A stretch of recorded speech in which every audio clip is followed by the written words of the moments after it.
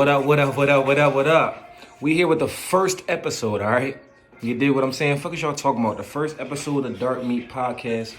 It's your boy Dark Meat. We out here. Check me out, all right? It's the very first episode. I'm gonna need y'all to like. I'm gonna need y'all to subscribe. You know what I mean? Follow me on IG, the Dark Meat Podcast. Follow me on YouTube, the Dark Meat Podcast. Pretty much all the same thing. Also follow me on Twitch. I'm gonna leave the link in the description down low.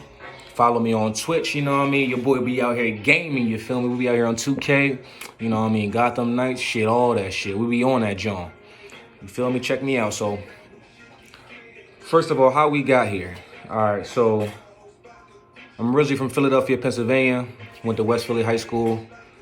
Went to Fitzpatrick Middle School, John F. Fitzpatrick Middle School. I went into the Army straight out of high school because I was like, listen, I'm not going to be going to college anytime soon. My mom wasn't paying for it. She really couldn't afford it, you feel me? So she was like, listen, you got two options out here, man. You can hit the Army or you're going to have to get a job. So I started to get a job working at ShopRite. And those Philly motherfuckers who know about ShopRite, y'all know ShopRite is trash, all right? It's as a job, not as a store.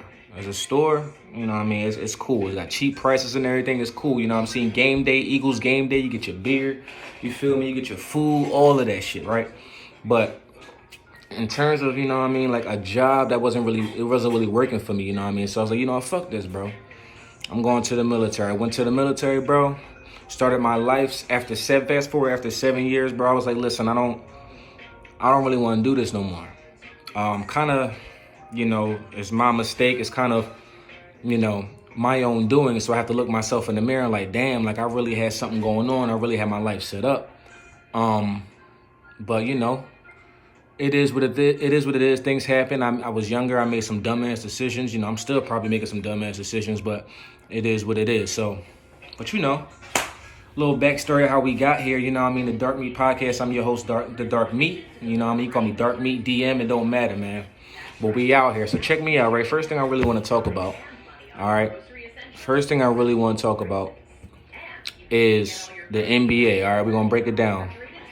I'm a huge NBA fan. This is a basketball podcast. It's or a Q&A podcast. Whatever you feeling at the moment. You want to ask me something, feel free to hit it in the comments. You know what I mean? Like, it is what it is. All right. So check me out.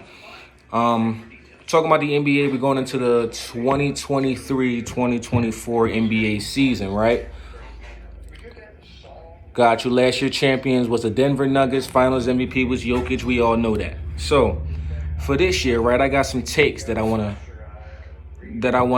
give to y'all. I wanna see if, you know, y'all agree with me. See, you know what I mean? Have a conversation, maybe a little bit of debate to see if my picks is the same as y'all picks. You know what I mean? It is what it is. But for MVP this year, all right, I feel like they're gonna be done with the European wave. There's nothing, no disrespect to the European players, Jokic, Giannis, Luka, Joel Embiid, all of that stuff. But I feel like they're going to, just because of the media and how everybody is taking this, I feel like they're going to try to go back to an American MVP. Not that it matters, you know, obviously the nationality, but it's just my 2 cents.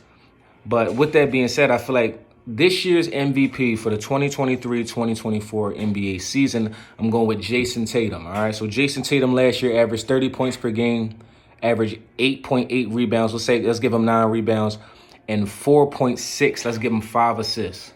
So we got 30, 9, and 6 last year. If we're going off the team with the best record, and we're going off the team with the best record who has the best player on that team, I got to go with Jason Tatum. Boston Celtics are always hovering around top 3, either 1 or 2 in the Eastern Conference. The Eastern Conference did get a little bit stronger, you know what I'm saying, with adding Damian Lillard. The Miami Heat didn't even go up or down. Them motherfuckers just stayed where the fuck they was at. They didn't really improve. They did lose Gabe Vincent, but, you know, it is what it is. I got Tatum this year averaging 28, 7 rebounds, and 3 assists. Only reason why I'm dropping his numbers down a little bit because with the additions of Drew Holiday being at the point guard, I feel like Drew Holiday is going to take a lot of pressure off Jason Tatum ball handling wise. So Jason Tatum can either spot up when they take plays off. He can spot up in the corner because he's a capable 3-point shooter when he's not primarily handling the ball trying to score and break his man down. So I only dropped him down 2 points, 28 points per game. You also got Jaylen Brown there too. Jaylen Brown is out here hooping. You know how he get down. So I think their numbers is kind of might be similar. I'm giving Jason Tatum a little bit more in rebounds, given that Jason Tatum is playing a power forward position. So that's just how I feel about that. I got MVP Jason Tatum, DPOY Defensive Player of the Year. This may be a surprise or maybe not a surprise, but I'm going with Victor Wembanyama. Victor Wembanyama just coming into the league. He obviously hasn't even played a single regular season minute, but preseason he's been looking pretty good. I ain't gonna hold y'all. Against Chet Holmgren, that nigga was holding his own, bro. I ain't gonna hold you. He was holding his own. So I feel like DPOY, given the length, the versatility, the athleticism, him being young and him being motivated, and they're calling him the greatest prospect since LeBron James, bro. I feel like he hearing all that. He's like, all right, bet I got y'all. And he probably gonna show us something this year, man. Y'all probably lighting the fire underneath him. I saw that nigga doing splits and shit on Instagram. I'm like, whoa. You the first NBA player, bro, that I seen doing splits. All right, you might want to have to, whoever your trainer is, we might have to talk to Kawhi and PG, because I don't think Kawhi and PG is out here doing splits and that flexible. So, you know, talk to them. Because them niggas always hurt. I love the Clippers. Clippers my team, but they always hurt, man. So that's why I gotta see Kawhi give me at least 65 games where I can classify him for any awards or put him in any takes or any picks. With that being said, Defensive Player of the Year, I got Wemby. I think Wemby's gonna average 3 blocks this year per game and 1.5 steals. So that's 3 and 2. That 3 blocks, 2 steals. That's worthy of getting Defensive Player of the Year, in my opinion. And what also, I believe they keep this as a stat as well, but shots being altered at the rim. I believe, what's his name? I believe the bull off Cleveland, Evan Mobley. I believe he led the league in either like deflections, but shot alterations, altering the shot, playing defense, putting your hands up. I believe he altered the most shots last year. Not necessarily blocked the most shots, but altered the most shots, if that makes sense. Meaning that if he's going up for a layup, he's making it more difficult. You know what I mean? So I got Wemby right now. Rookie of the Year. I mean, I think we all know who the Rookie of the Year is going to be. It's going to be Wemby. Brandon Miller's going to be a close second. Obviously bearing injury, bro.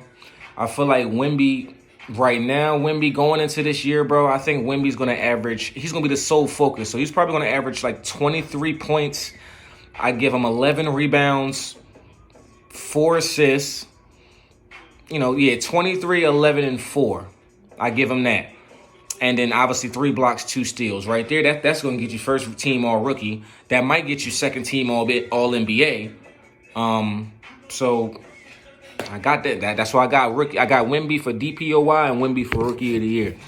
All right, so most improved player, the last individual award, most improved player, right? My most improved player pick right now is JP Splash. Check me out. Jordan Poole, bro. I'm going to let y'all think about it. Last season, right, Jordan Poole averaged 23 and 5. He didn't even start every single game. And I feel like he was being held back a little bit. Not held back in a negative way, but I feel like he wasn't able to unleash himself. He wasn't able to really produce how he really wants to produce and take the shots that he wants to take, obviously, because he's playing behind Stephen Curry, Klay Thompson, and Draymond Green. And then obviously with the incident with Draymond Green, obviously socking that nigga in the fucking face, the locker room had some turmoil. So they're obviously not going to get rid of Draymond Green because that's the heart and soul of the team. So they're going to get rid of people who are not like-minded like Draymond Green, which means Jordan Poole. So, if you sock me, bro, I don't give a fuck what practice we in. I don't give a fuck where we at. I'm stopping all activities. You're going to have to see me, bro. I can't rock with that. I can't rock. Draymond it was a weak move by Draymond. Obviously, if you irritated about something, you irritated about what's going on in practice, you're irritated about what's going on in your personal life. I don't really know all the backstory, bro, but you're not going to hit me. Especially if I'm your teammate. We just came off a chip, or we trying to win a chip. You're not going to do that, bro. But That's old news. I got most improved player Jordan Poole. I got him going from 20 points per game, bro, to 25. 25. That's all-star numbers right there. Yes, I have him as being an all-star as well. I feel like going from 20 to 25 is a big jump for somebody that came off the bench part of the year and started part of the year. And given all the slack that he's got now that he's, cooking in preseason, looking real good. Washington, he's looking real smooth and free. So I feel like he's going to be unleashed. I got him 25 points. I got him with 4 rebounds. And I got him with 7 assists. The reason why I upped his assists from last year from 5 to 7, he's going to have the ball in his hand more. Think about it. You got Tyus Jones at the point, right? Tyus Jones is he's not a Chris Paul type of dime you up, 10 assists.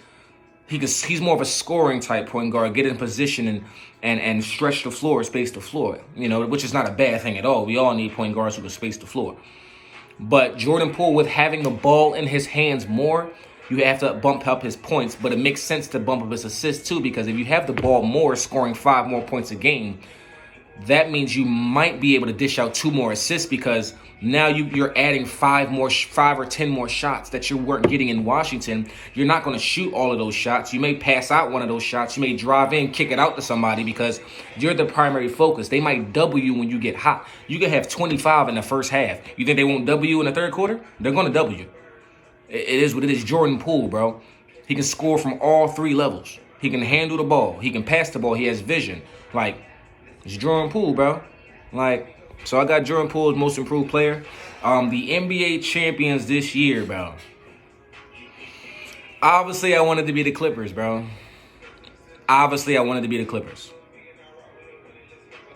But if we go into reality, bro, we know that's not going to fucking happen, dog.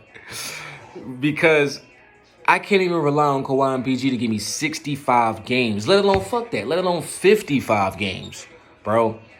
I want the Clippers to be there. Every time we get there, bro, something happens. Like in the playoffs, we get to the second round, Kawhi gets injured, PG get hurt. We get to the Western Conference Finals against the Suns one year. Fucking Kawhi gets hurt. We was down 0-2 twice in one playoff series. Came back both times. Kawhi gets hurt.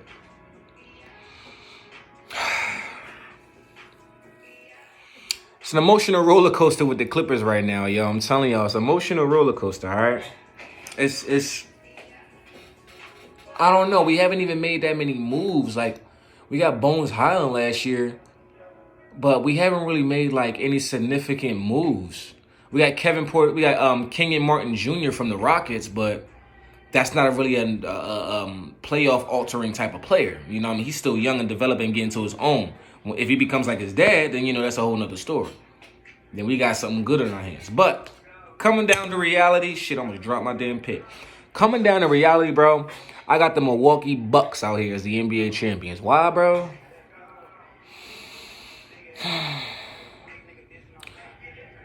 The Damian Lillard, Giannis Antetokounmpo, hopefully I'm saying his name right. Sorry, Giannis. Duo in tandem right now, bro. To be honest, it's kind of like another Shaq and Kobe if you think about it. Or maybe like a Shaq and Penny in Orlando. Reason being because if you look at Giannis right now and you look at Shaq in Orlando, when Shaq was able to run free and he was more athletic and smaller and light, it kind of reminds me of Giannis now, or vice versa. You feel what I'm saying? And then you got Dame. You can compare Dame and Kobe. They're both scoring guards. They, score first guards, smart guards, clutch time guards. Hall of Fame. They're going to be Hall of Fame guards, all-stars, MVP candidates almost every year. Even maybe not top 5 for Dame, but Dame is top 10 MVP candidate every year, regardless of what team he's on. Just giving off the numbers that he produces. Not the team. I'm talking about MVP as in the most valuable player. Damian Lillard is one of the most valuable players in the NBA. Valuable in clutch time and point production. He'll give you a little bit of defense as well. He ain't going to lock you down like a Patrick Beverly, Drew Holiday, Marcus Smart type bull. But he's a willing, capable defender. He's strong. I believe he's 6'4", 6'3". He's strong. So Damian Lillard pulling up from 30, 40, bro, off of pick and roll. You're going to have to come out there. Once you bring the big man out there, because Giannis is going to come up with the screen. You bring the big man out to stretch. And Giannis can space the floor a little bit. Let's not get it twisted, bro. He ain't no Klay Thompson out there from three-point line. Let's not get it the fuck twisted.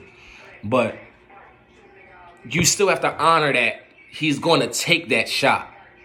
You know what I mean? So you got to honor that. So after that screen, after that pick and roll, when when Damian Lillard comes around that screen, he has the option to shoot or pass.